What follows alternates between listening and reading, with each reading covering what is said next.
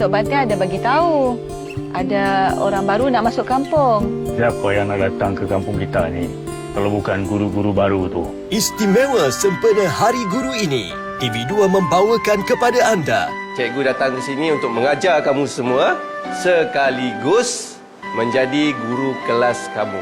Aku tengok ramai kawan-kawan dia pergi sekolah. Kau nak anak kita meninggal lagi? Saya nak bagi kerja sekolah untuk dia. Jangan pergi kawasan sekolah.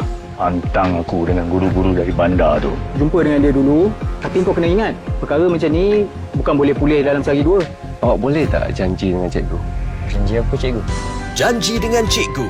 Isnin 19 Mei 9 malam. Jangan pengaruh anak aku! Aku bapa dia! Aku tahu apa yang baik untuk dia!